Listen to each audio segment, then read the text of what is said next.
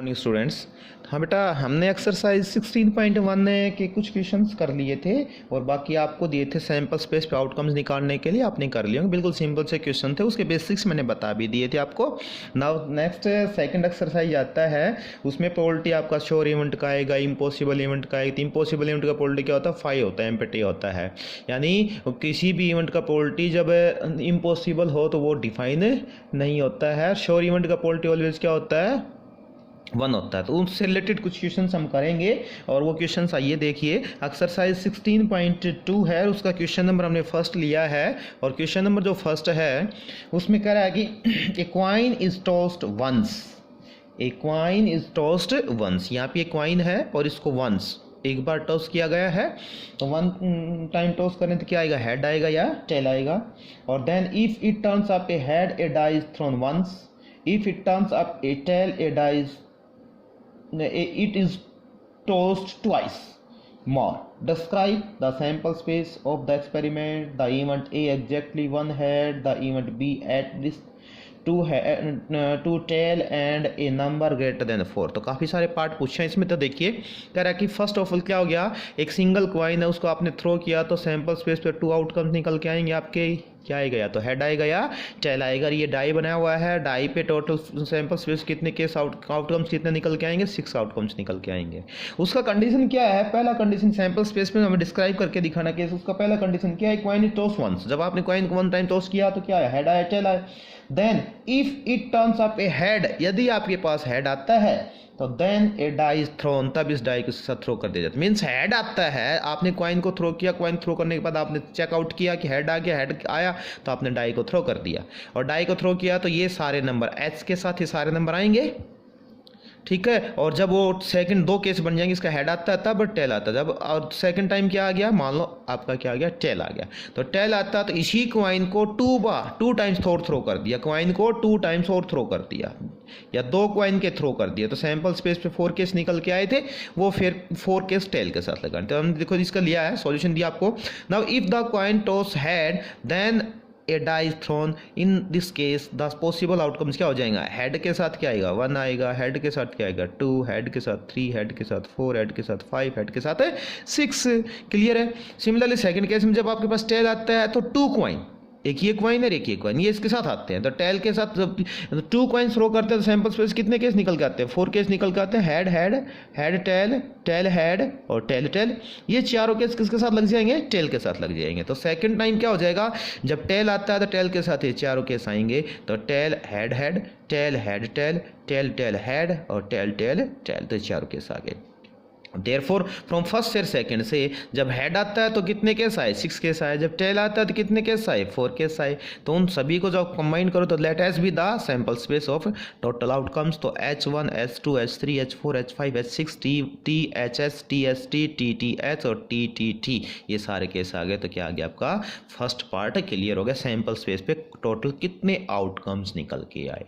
अब इसी में से कुछ पार्ट बना के उसने पूछा है कि कह रहा कि सेकेंड पार्ट दिया क्वेश्चन का, कह रहा कि exactly 1 head, let A be the event. A वो इवेंट है जो एग्जैक्टली 1 हेड को, तो इसमें से 1 हेड वाले कितने केस हैं? तो 1 हेड वाले कौन कौन से केस हैं? H1, H2, H3, H4, H5, H6, 6 case तो ये हो गए। और एक THT, यहाँ 1 हेड है और TTH ये 1 हेड, तो कितने केस हो गए? 8 केस हो गए। तो एक किस इवेंट को रिप्रेजेंट कर रहा है? एग्जैक्टली 1 हेड को रिप्रेजेंट कर रहा था। यहाँ पे एग्जैक्टली 1 हेड केस वाले आ गए।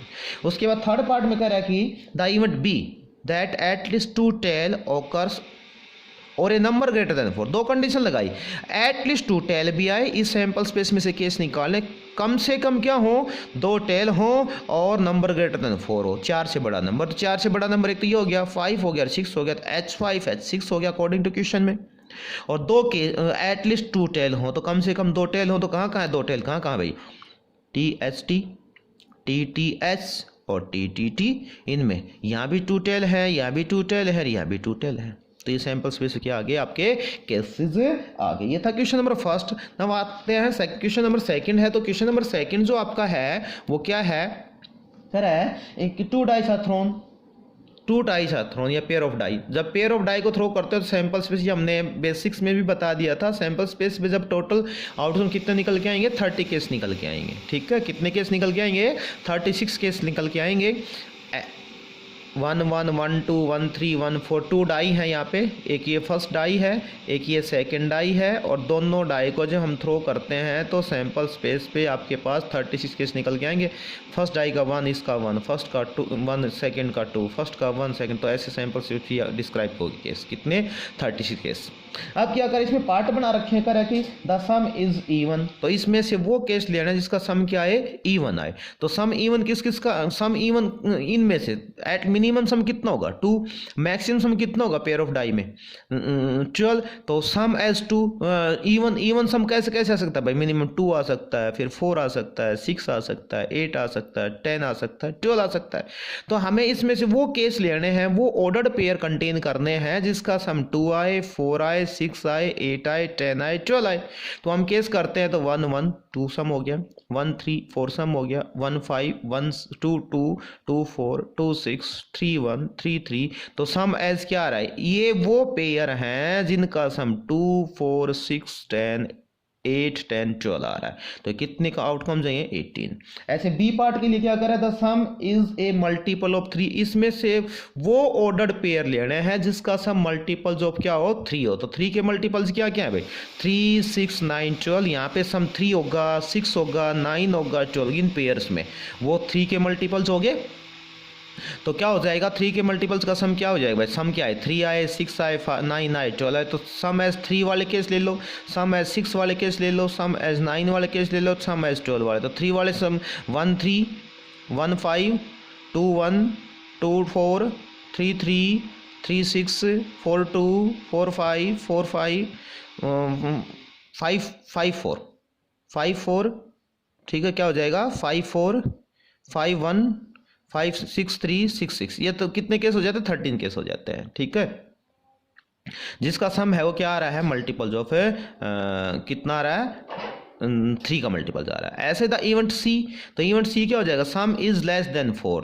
तो इस पेयर ऑफ डाई में सम इज लेस देन 3 और लेस देन 4, तो लेस देन 4 क्या आएगा 2 आएगा सम, या 3 आएगा। तो 2 सम कैसे कैसे आता है 1 1 1 2 1 1 और 1 2, और सम एज 3 कैसे आएगा 1 2 2 1। तो कितने केस हो गए 3 केस हो गए, ठीक है, कितने केस हो गए 3। ऐसा ही फोर्थ पार्ट तो दिया, उसमें के लिए क्या कर रहा है, the some is greater than 11, some is greater than 11। तो इसमें सम एज ग्रेटर देन 11, तो 11 से मोर देन सम किसका आएगा 12 आएगा, तो वो एक ही केस होगा।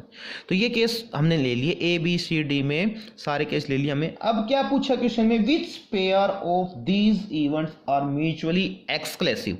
एक तो होता है म्यूचुअली एक्सक्लूसिव, एक होता है इनक्लूसिव। तो म्यूचुअली एक्सक्लूसिव में क्या हो जाएगा, म्यूचुअली एक्सक्लूसिव में कोई केस कॉमन ना हो, यानी फाई इक्वल टू ना हो। तो आप देखो ए में और बी में, ए का और बी का आप इंटरसेक्शन निकालोगे तो फाई नहीं आ रहा।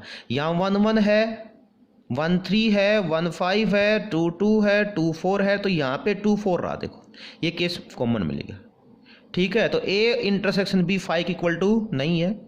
ए का इंटरसेक्शन सी से निकालो तो 1 1 यहाँ भी है और 1 1 यहाँ भी है, तो ये भी फाई इक्वल टू, ए का सी का इंटरसेक्शन फाई इक्वल टू नहीं है। इंटरसेक्शन आप सेट में निकाल चुके, सेट से रिलेटेड टॉपिक था तभी मैंने प्रोबेबिलिटी लिया आपका।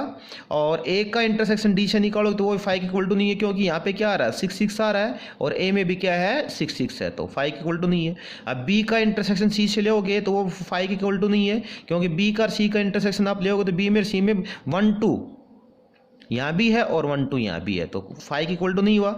और बी का फिर डी से पेयर लोगे तो यहाँ क्या है 6 6 और बी में भी क्या है 6 6, तो ये भी फाइव इक्वल टू नहीं है। तो therefore pairs A and B, A and C, A and D, B and C, B and D are not mutually exclusive, यानी कैसे केस है, इनक्लूसिव है, एक्सक्लूसिव केस नहीं है इसमें कोई भी, ठीक है, कोई भी कॉमन है, यानी ये फाइव इक्वल टू नहीं आ रहा, एम्प्टी सेट नहीं आ रहा। तो ये देयरफॉर क्या है, ये म्यूचुअली एक्सक्लूसिव केस है प्रोबेबिलिटी का। अब ऐसे ही बट वी नो दैट या observe that C intersection D, C का डी का इंटरसेक्शन आप निकालोगे तो यहाँ पे 3 पेयर हैं 1 1 1 2 2 1, और यहाँ पे क्या है 6 6, ये 3 पेयर आ रहे हैं। तो यहाँ इन दोनों केसेस में कोई भी कॉमन केस नहीं है। देखो तो सी और डी दोनों क्या हो गए म्यूचुअली, सी एंड डी में कोई कॉमन केस नहीं है। सी का इंटरसेक्शन डी के साथ क्या आ गया, फाई आ गया। जब सी का इंटरसेक्शन डी के साथ फाई आ गया तो therefore we say that C and D are mutually exclusive events. तो म्यूचुअली एक्सक्लूसिव इवेंट्स क्या होता है, ये बात समझ में आ गया होगा। यदि कोई कॉमन केस मिल जाए तो म्यूचुअली एक्सक्लूसिव, यानी फाई के इक्वल टू नहीं आए इंटरसेक्शन तो म्यूचुअली एक्सक्लूसिव नहीं है, अदरवाइज क्या होगा, म्यूचुअली एक्सक्लूसिव होगा। तो बेटा ये 16.2 में 4 क्वेश्चन है टोटल, 2 क्वेश्चन मैंने करवा दे, 2 आप खुद कर प्रैक्टिस में करेंगे, ठीक है, और इसको नोटबुक में भी करेंगे। ओके।